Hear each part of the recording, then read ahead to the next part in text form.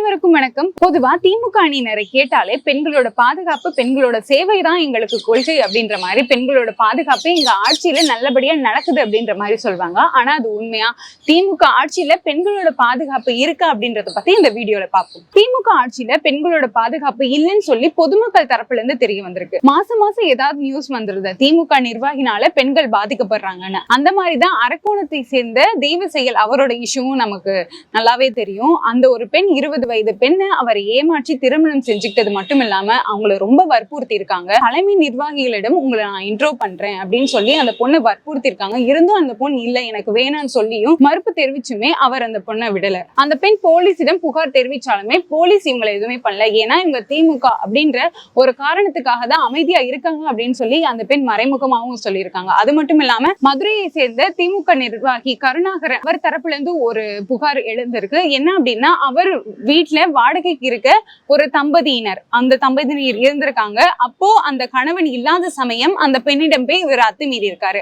அது தெரிஞ்சு இவங்க 2 பேரு 1.5 வருஷத்துக்கு முன்னாடியே பக்கத்து தெருவுல குடிபெயர்ந்தாங்க. குடிபெயர்ந்துமே அவர் விடாம அந்த பெண்ணோட கணவன் இல்லாத நேரம் வீட்டுல அந்த பெண் மொட்டை மாடியில இருக்கும்போது, தனியா இருக்கும்போது அந்த பெண்ணிடம் தவறாக நடந்திருக்காங்க அப்படின்னு சொல்லி புகார் வந்திருக்கு. FIR எதுவுமே போடாம ப்ராப்பரா அவங்களை இன்னும் கைது பண்ணாம வச்சிருக்காங்க.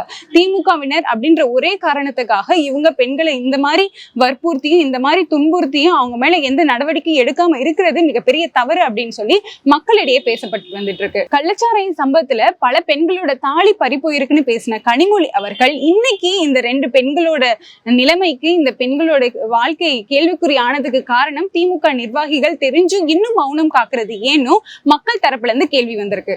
இப்படி இந்த பெண்களோட வாழ்க்கையை கேள்விக்குறியாக்கின இந்த நபர்கள் மீது எந்த நடவடிக்கை எடுக்காம இருப்பது ஏன்? இன்னும் இவங்க திமுகவினர் மௌனமா இருக்கிறதுக்கான காரணம் என்ன? இவங்க ஆட்சியில பல பெண்களுக்கு பாதுகாப்பு இல்லாத சூழ்நிலையில இந்த திமுக நிர்வாகிகளே இந்த செயல்ல ஈடுபட்டு இருக்கிறது மிக தவறாக பார்க்கப்படுது. இந்த மாதிரி தவறு செய்தவங்களை கைது பண்ணாம மக்களுக்காக குரல் கொடுத்த பாஜக மாநில முன்னாள் தலைவர் அண்ணாமலையை கைது பண்ணியிருக்காங்க. அது மட்டும் இல்லாம ஏதாவது ஒரு தவறு ஏற்படும் போது அதுக்கான போராட்டங்களை ஈடுபடணும் அப்படின்னு சொன்னா கூட அந்த போராட்டத்துக்கு திமுகவினர் என்னைக்குமே அனுமதி கொடுத்ததே கிடையாது. திமுக ஆட்சி ஒரு சர்வாதிகார ஆட்சின்றதுக்காக பல எடுத்துக்காட்டுகள் வந்துகிட்டே இருந்தாலும் இன்னும் அவங்க மக்களுக்கான ஒரு உரிமையை கொடுக்காம, மக்களுக்கான ஒரு பதிலை கொடுக்காம அவங்க இருக்கிறது, மௌனம் சாதிக்கிறது ரொம்ப கவலைக்கிடமா இருக்கு. இருந்தாலும் திமுகவோட ஒவ்வொரு தவறும் வெளியே வந்துட்டு இருக்கு. இது மக்களுக்கு கண்டிப்பா தெரிய வந்து 2026 தேர்தல் மாற்றத்திற்கு இது ஒரு முக்கிய காரணமாக இருக்கும் அப்படின்னும் பார்க்கப்படுது. 2026 தேர்தல் மாற்றம் அப்போ மக்கள் இதெல்லாம் பார்த்து உண்மையான தலைவரை தேர்ந்தெடுத்து அவங்களோட நிம்மதியான வாழ்க்கையை, பாதுகாப்பான வாழ்க்கையை வாழ்வாங்க அப்படின்ற நம்பிக்கை இருக்கு. இது போன்ற தகவலை தெரிந்து கொள்ள போஸ்ட்கார்ட் சேனலை சப்ஸ்கிரைப் செய்யுங்க. நன்றி.